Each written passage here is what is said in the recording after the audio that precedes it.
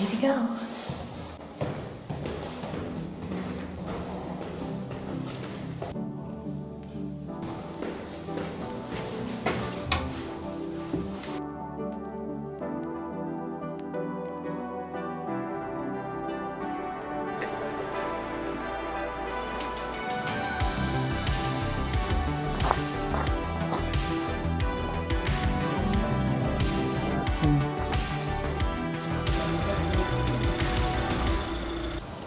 Good morning, welcome back to our channel. I'm Kayla, Ben is behind the camera, and today we are in cold, beautiful, snowy Estonia. So we're in Tallinn specifically, and we are exploring the city today. We are doing a bit of a Cold War themed day. So we just grabbed breakfast, and now we're going to look around Old Town before we go to a KGB museum. So come explore with us.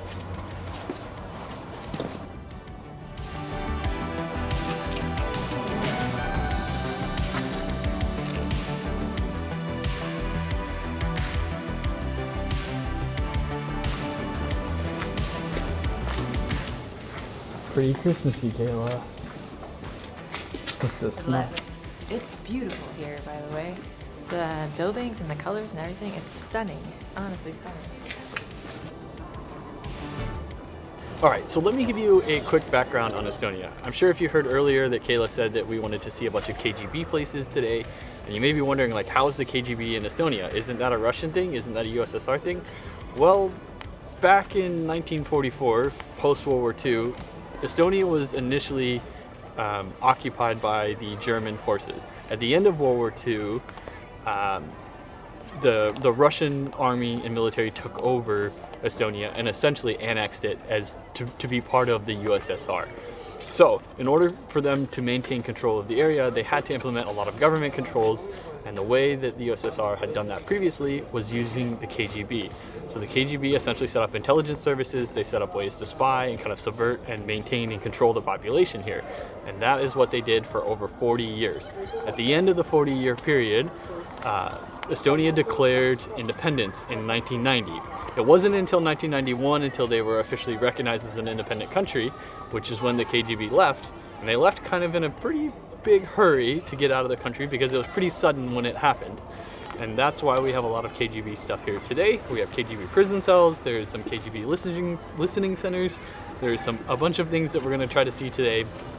I will try to put a full list in the description of this video in case you are interested in coming to Estonia and doing this. But this was something that we found that was very interesting, and we're going to try to do it all today.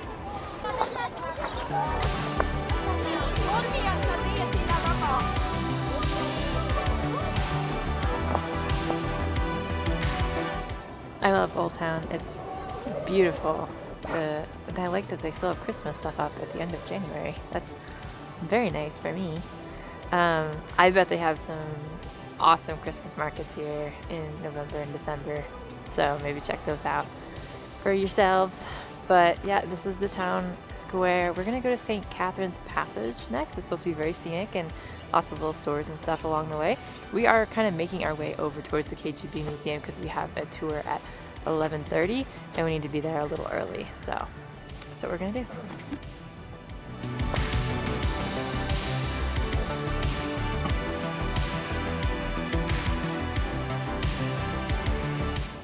It's kind of like a Slytherin thing. It's a little bit like just creepy enough.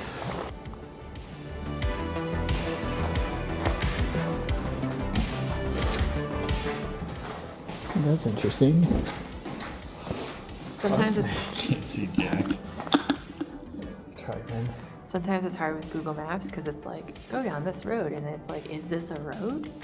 Because it's like cobblestone and kind of like an archway, like it could be a road for bikes or motorcycles, but so it's kind of tough sometimes to figure out where you're going.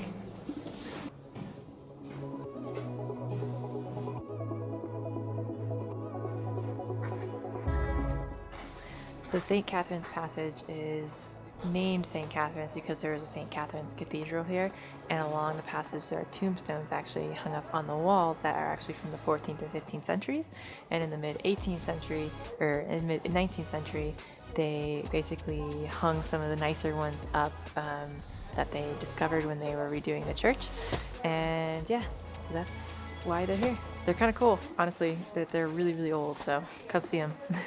That's kind of like one of those medieval walls. It's like straight out of a movie. It's kind of weird. I never thought I would see one because normally like the wood is the part that falls apart, so it's obviously restored. But it's really cool. I did not expect to see that in Estonia. Well, there's even more. That's insane. That's so cool.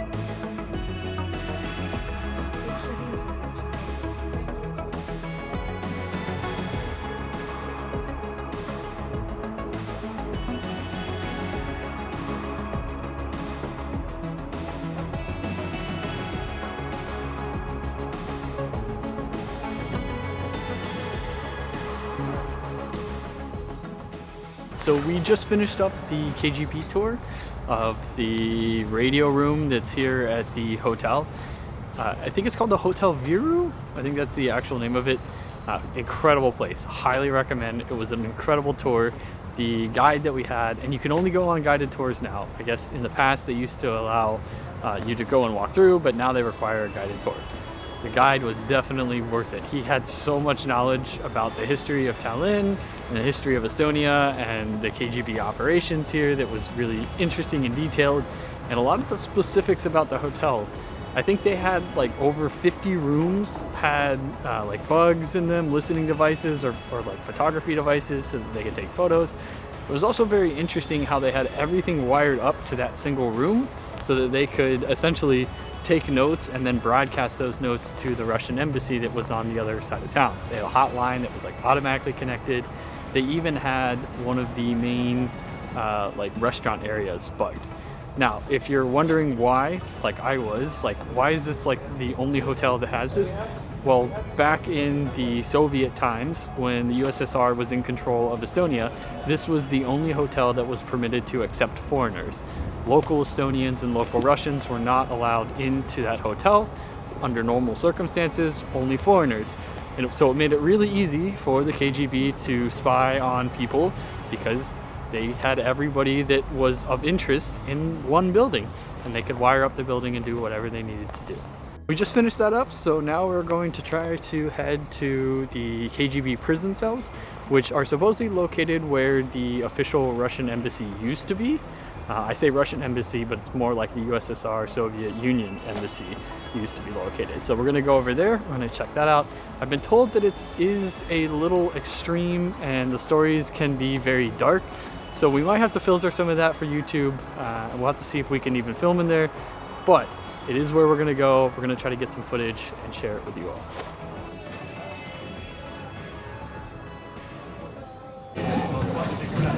I got dan noodles. It's delicious. Honestly, it's very, very, very good. Probably could have gotten it a little spicier, but I got it as a 2 out of 5.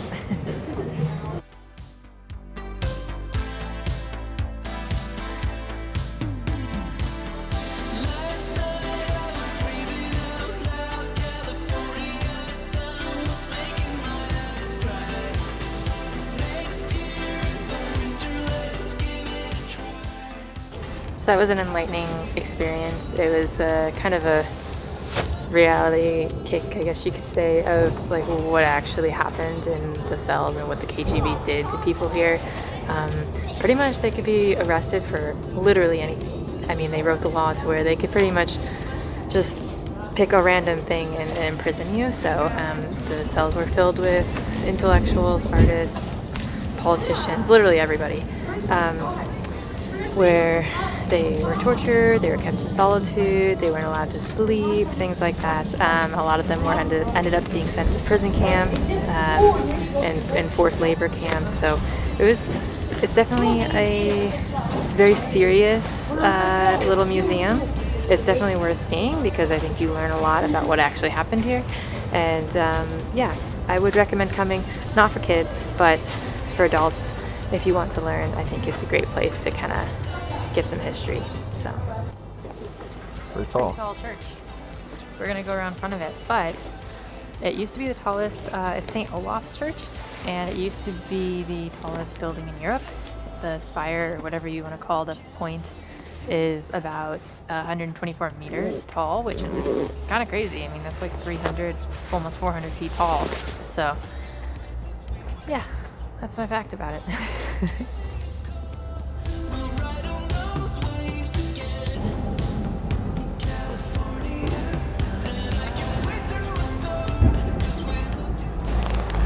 Some of the side streets here have some of the most like insane, I don't even know what to call it, like medieval architecture, and you just walk right by it and you feel like you're in a medieval movie. Like it feels like you're on a set, and it's crazy that this is all real and that it's all been restored. Some of it's ridiculously old. I was seeing buildings from like the 1200s, the 1300s, the 1400s. So that's wild to think that there's so many buildings here in this like 1 mile square old area. So if you're coming to Estonia, definitely plan on stopping here. This is the #1 spot.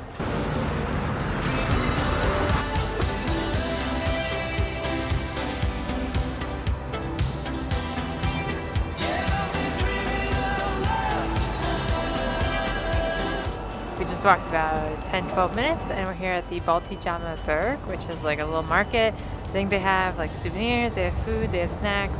I think it's more like Soviet memorabilia souvenirs, so to fit in with our Soviet themed day, we're gonna explore the market a little bit, see if we can find some snacks, and then be on our way. Yeah, I think after this we're gonna head back to the apartment. It's a little cold out today, and I think we just want to warm up for a minute before we head out this evening, and we'll grab dinner while we're out. Uh-oh. Kayla's already found the ice cream. Donuts. And donuts.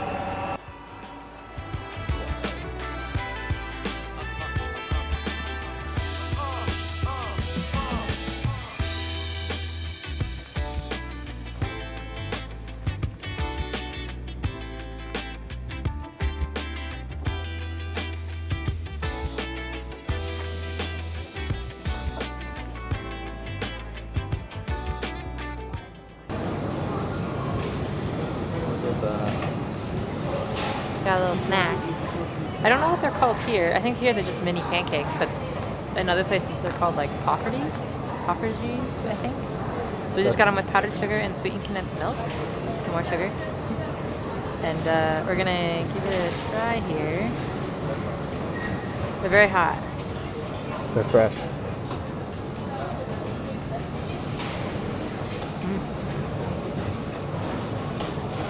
That was very good.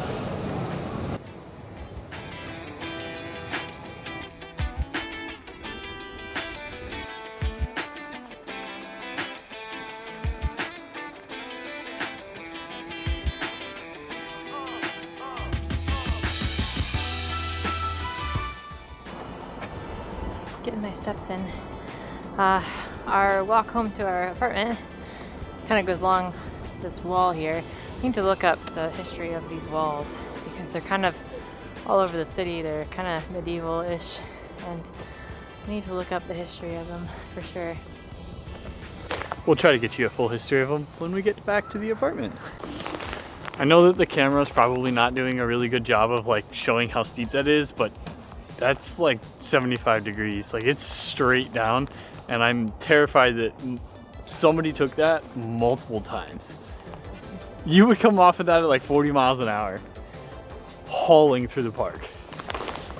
This has to be teenagers, right? Just like no fear, right? Just like hauling down this, because this is terrifying. It's like the side of a cliff, and they're just like, I'm gonna go slide down that for fun. Wild. I feel like that one was Kayla in mom mode, just very concerned for the teenager's safety, and was like, this can't be safe, they shouldn't be allowed to do it. No, I'm just saying, because when I was a teenager, I probably would have done that and like not cared. Now that I'm like almost 30, I'm like, nah, I'm like gonna hurt after that, so.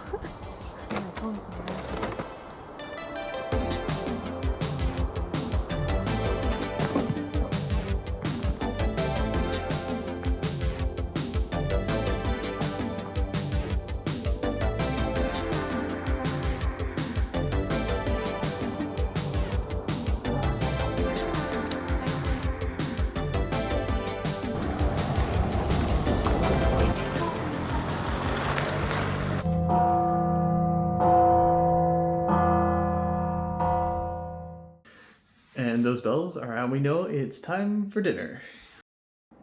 Alright, so we did tonight a little bit differently. Instead of going out and trying some new foods, we did just go ahead and order a pizza for kind of like a lazy night in. It is pretty cold here in Tallinn. They're in a bit of a cold snap. So we're going ahead and just ordering some pizza. We went and got it. We also picked up some fries, and we have some interesting colas to try that are specifically from Europe. This first one is from Hamburg in Germany. I have heard of this cola, but I've not tried it yet, so we'll be trying that today. And the other one that we have is Feinmann's? Not 100% sure which one this is, but we'll be trying this as well. It should be pretty good. One of them is a cherry cola, one of them's a regular cola. Neither Kayla and I really drink much soda, so this is kind of like going to be very interesting for both of us. The fries that we got are delicious. They have like some kind of seasoning on them.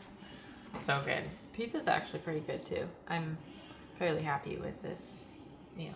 I just like that it had like a vintage label. Oh. I got it.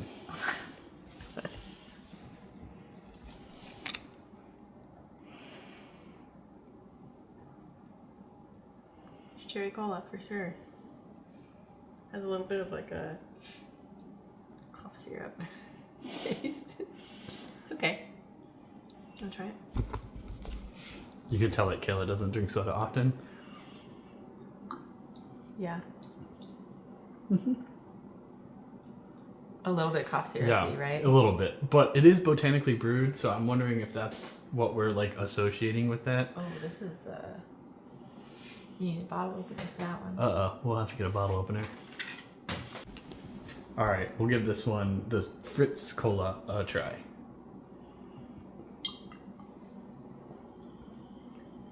It's good. It's like a really light version of Coke. I feel like I hate comparing that. I hate being like, that's the flavor. But it's a much lighter flavor. It's not as like heavy or strong. You hear the laundry. The laundry machine's going off downstairs. Nobody else can hear that. Yeah, I like this one better. That's like a classic cola. Does it literally say classic cola on the front? Or just original? Fritz Cola Original. Oh yeah, there you go. Independent and awake since 2003. Anyways, that was our choice for dinner tonight, and I think that is going to be it for this video.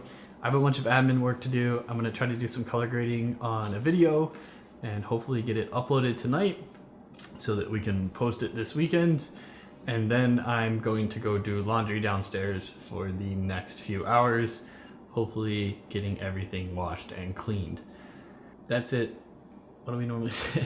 Be kind, travel more. You literally, we've had this slogan for like 3 years and you can't remember. I'm the one who came up with it, too. You're the one who came up with it. It's just my brain struggles sometimes when it's this late. I'm just like, tired. Alright, that's it for this video. Be kind, travel more.